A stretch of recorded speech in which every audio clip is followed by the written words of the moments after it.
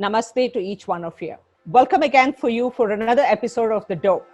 Today with us, we have Mr. Varghese to share his experience and his journey till here.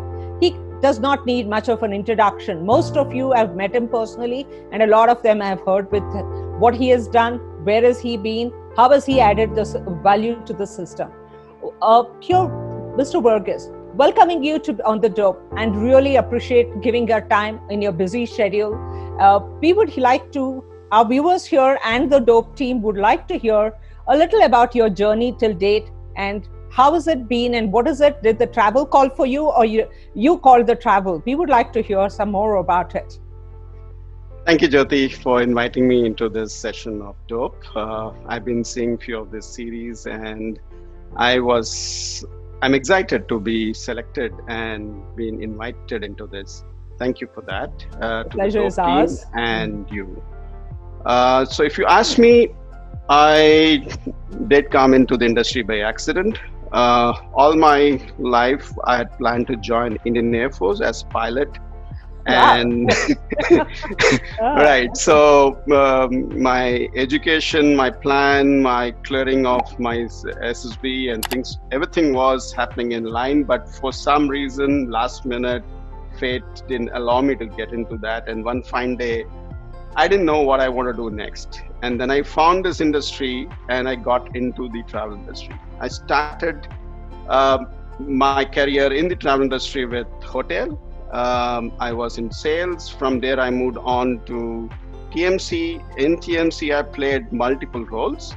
I started with sales, went into operations, got into process engineering, did account management, and finally I exited TMC with the final role of automation and implementation. From there on, for last 8.5 to 9 years, I've been in the procurement space for the, in particular, travel category in 2 different corporations.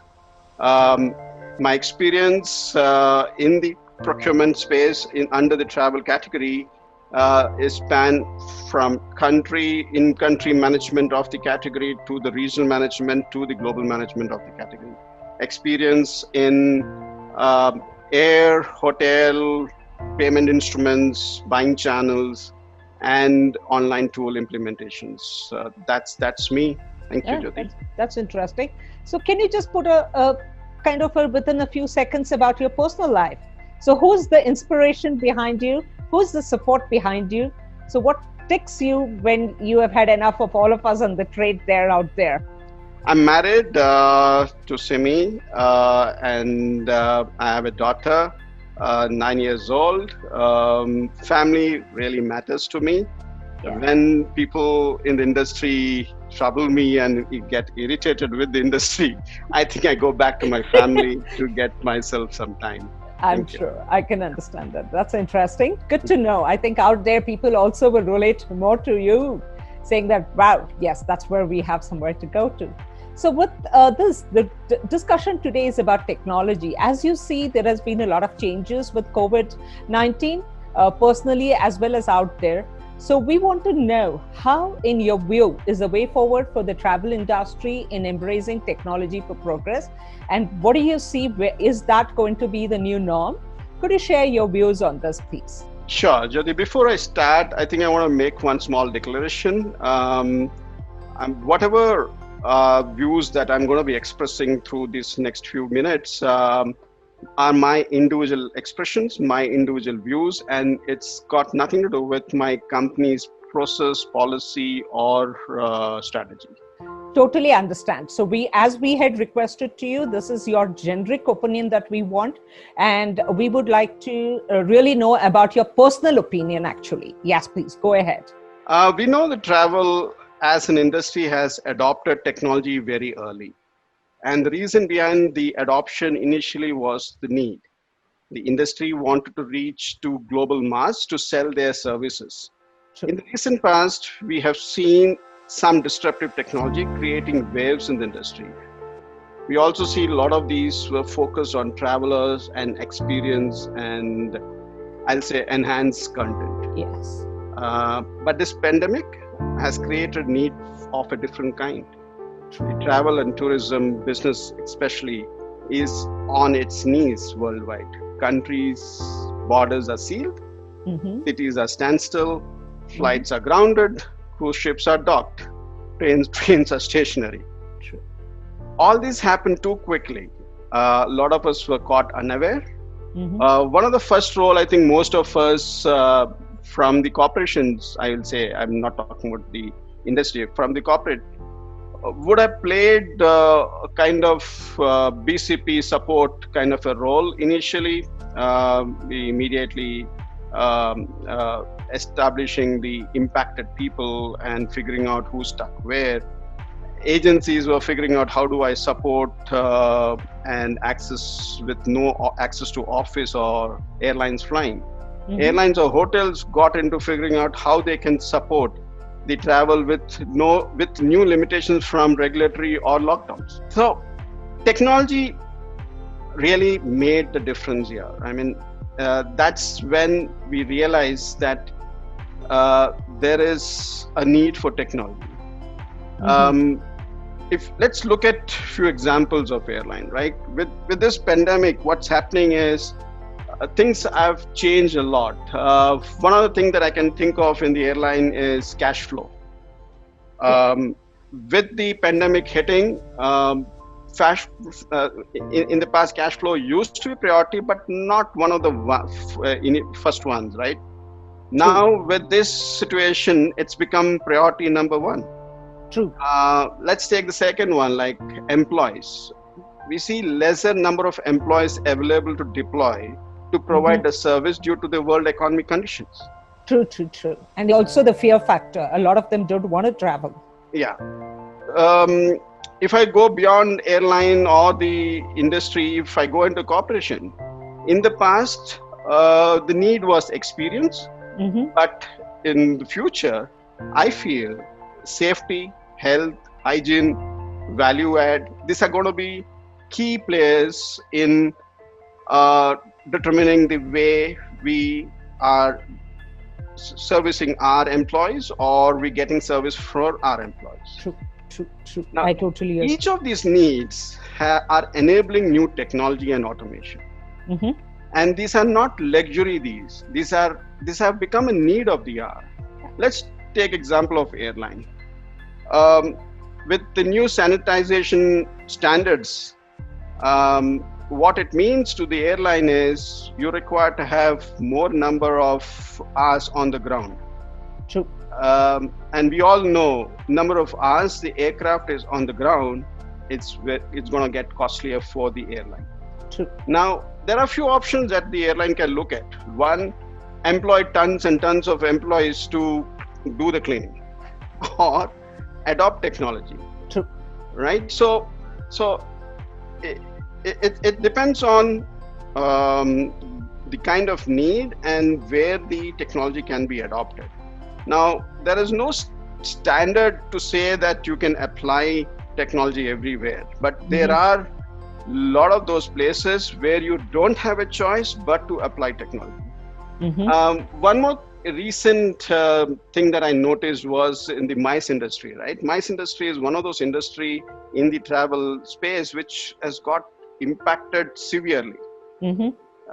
There's no more large format events happening. There's no more large format get-togethers happening. A lot of those social events have vanished, right? What does that brought there? I mean, there's a need that has got created. How do we take this industry into a virtual environment?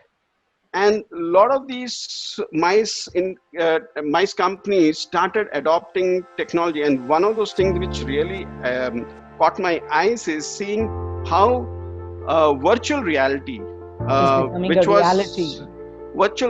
was never something that was not really used in the industry. I mean, I've seen some of the hoteliers using it to show their property around through a virtual reality, but then adopting something like a virtual reality for creating a virtual environment of the event and the experience that they can give through this, which is almost like you're sitting in a meeting room. And I was really blown out of my mind when I saw that and said, yeah, but what does it come with? It comes with cost. It comes with a reduced cost, but yes, a hidden cost, which there is no touch kind of a thing. The other issue that I see with this is, how long can you keep doing this? The need is to get the focus or the concentration or the attention of the participant to the event. Now you cannot keep using the same format for every event. True. So what we are saying is, we are investing a huge amount in a technology which is going to get redundant in no time. That's interesting way of looking at it. Yes. So, this is what I'm capturing. So you're saying embracing technology, what is it that is going to get to us, is what you're saying. So in a nutshell, what do you feel is the way forward for technology? Technology is ever evolving. Okay, there will be disruptive things that's going to keep coming in this industry. As I mentioned earlier, industry had adopted technology way, one of the first industry to have adopted technology, and that was huge. GDS was the first one. Yeah, I remember GDS came in 1963, and that used to be called CRTs or something. Yeah, which was one airline, one system, and every agent used to have one system for each airline. But days have gone. Days have changed from there. You have multiple airlines on the same system. Now we have seen a direct connect coming in. But I don't want to go in that direction. But my message to the industry would be, technology is going to come. Technology is coming. Technology is changing. You need to live with it. You need to learn to live with it. Correct. You need to gear up yourself to adopt technology. Our industry is huge. There are too many things to learn. There are too many technology to learn. You will not be able to learn everything, but you should. Every day it is changing. Every day it's changing. It changes. So what do you learn? What I learned yesterday is today. Today somebody asked me, "Do you have a Twitter handle? Do you have this?" I said, "Excuse me, I come from a different generation.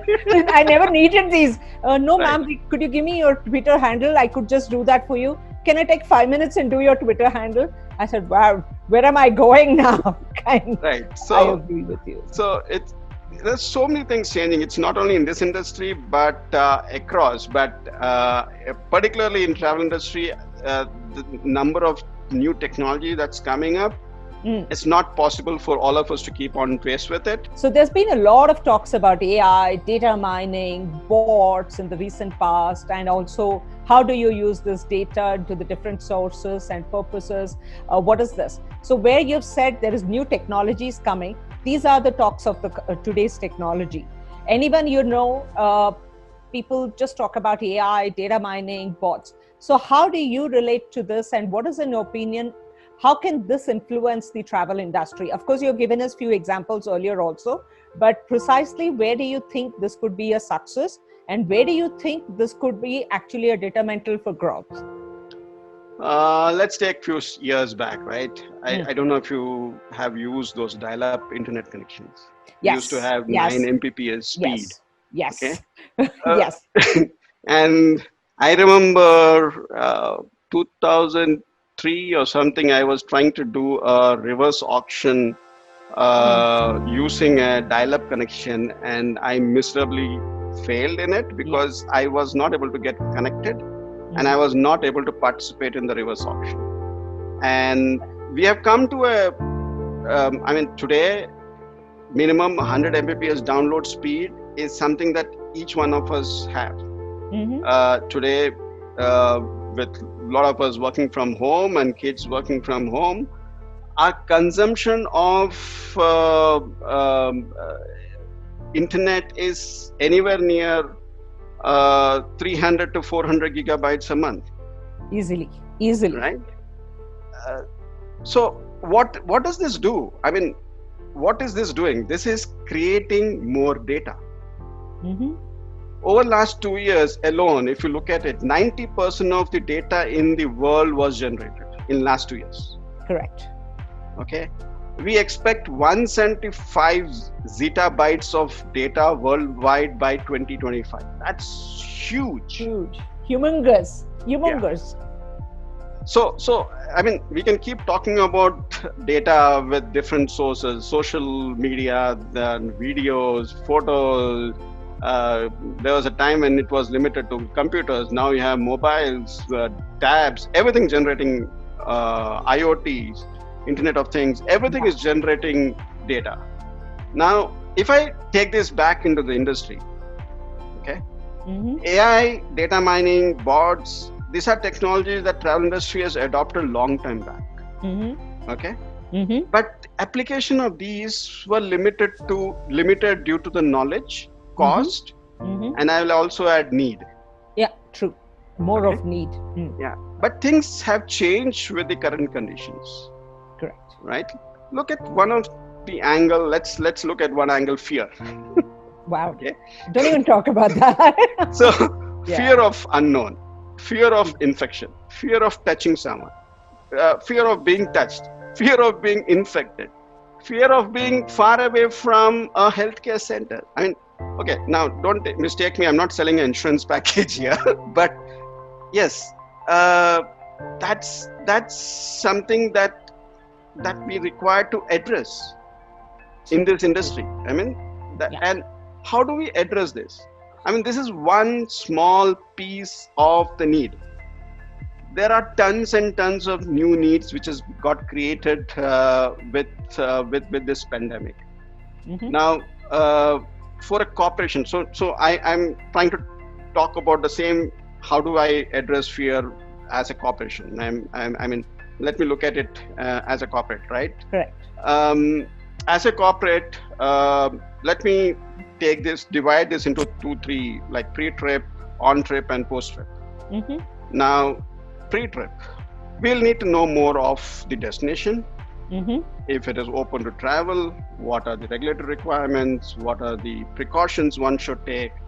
What are the possible options to reduce the exposure? I mean, there are tons and tons of things that we require to know before we start the travel. True. Right? Once we get all this information, we go through all the approval process, we finally book the ticket, and then we know that between the booking of ticket and the actual travel date, there is like 3 weeks, 4 weeks, and things are so dynamic in this 3 weeks. Things can really change. I think one of the things that I see recently is most of the requirements are on charter, where a few corporations would have thought of flying into a particular destination. They had to change the destination to a different city because the regulatory requirement and the ground conditions changed so fast that it was more convenient or safer to fly them into a different destination. I agree with you, Varghese. And I think what you said is true. The way that government is changing the regulations to meet up with the current pandemic situation and the best way to handle it, I think technology is also helping here for immediate data and these changes that can happen. So we would really appreciate what you shared with us. The reason I'm talking about all this is because AI and data mining in industry will find tons and tons of solutions, but there are already many solutions available in the industry. There are many new getting generated, created, but data is of no good if you don't really know to look at it and be able to get and learn insight from it. Correct. Totally agree with you. So what you're saying in a recap, I'm just capping it in one sentence. So he says, yes, all these are adding value, but what it generates out of this, if you cannot use it to the right purpose, then there's no use of this in your field. Right. Yeah. That's perfectly put in. So with that, I want to take to you, since you're talking about the new generation and other things. So today we see that a lot of things are on app. You go for any booking, your groceries, your tickets, anything, it's all on an app version. So more and more people are adapting to apps then onto to the desktop. The biggest surprise is where my mother-in-law, who turned 90 just 2 days back, she uses an app to book something. And I was like, wow, kind of a thing. Okay. So do you think apps are here to stay? Or is it just a fad and it is also going to fade away into something else like the pagers and the things earlier mobiles did?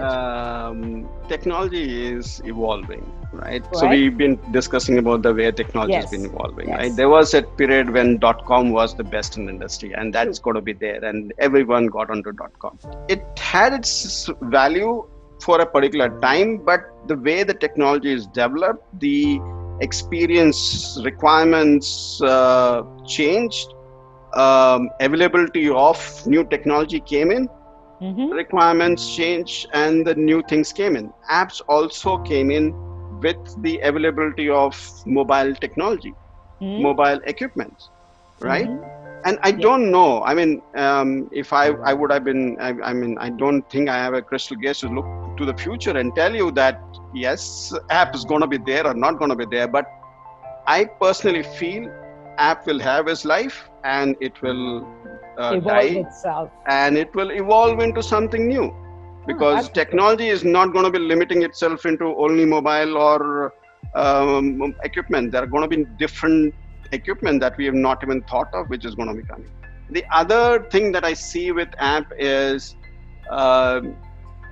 for every type of service, you have a different app. I mean, you very rarely come across multi-feature app. Most of it is very standalone kind of app. There are a lot of tools that have started consolidating these apps and showing them. I mean, through one request, it will go and hit into multiple apps and give you results from multiple apps. So something like the Ixico did for the air at one point of time. Yeah, Metascan, things like that. Yeah, so something like that is happening, but I don't think app will be there forever. They will, technology will evolve and they will die a natural death. Hey, thank you so much. That was very interesting to learn from a very, very different. So there has been few things which you've shared has actually got me to thinking about things. So with this, I would like to know, what is it that you want to tell out there for the viewers who are facing uncertainty at this point of time? What is it that they need to do to stay kind of inspired and move on? And how can they handle this situation at this point, which is there? Technology, you shouldn't fear technology. Technology is something that you need to adopt and learn to live with. So work with it and try to adopt it. Varghese, thank you so much for sharing all your views. It was interesting. It actually got me thinking on a lot of things that can be done. And out there for the technology creators who are sitting there and trying to look at what is it that the requirement is the next thing, there was a message for them. So with this, I would like to go back to you and ask as a final question for this session, what is it, that message that you would like to share with our viewers and out there for the people to get inspired and to stay connected? So could you just share your view onto that? I will say, do not fear technology, embrace technology, and upskill your technology quotient. It's a need of the day. You need to continuously learn and adopt technology. Thank you. Good. That was a right and a good message. So, Varghese, thank you on behalf of all of us for taking this time out of your busy schedule to be with us. So with this, I would like to say namaste to you and thanking you once again from the DOPE team and personally from mine. Looking forward to have a face-to-face meeting to take this discussion to the next level sometime soon. With this, I would like to say a few words to my viewer. I'm signing off from here for this episode. Looking forward to seeing you guys in another episodes which are coming up soon.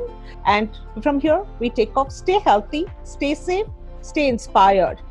Namaste. Thank you.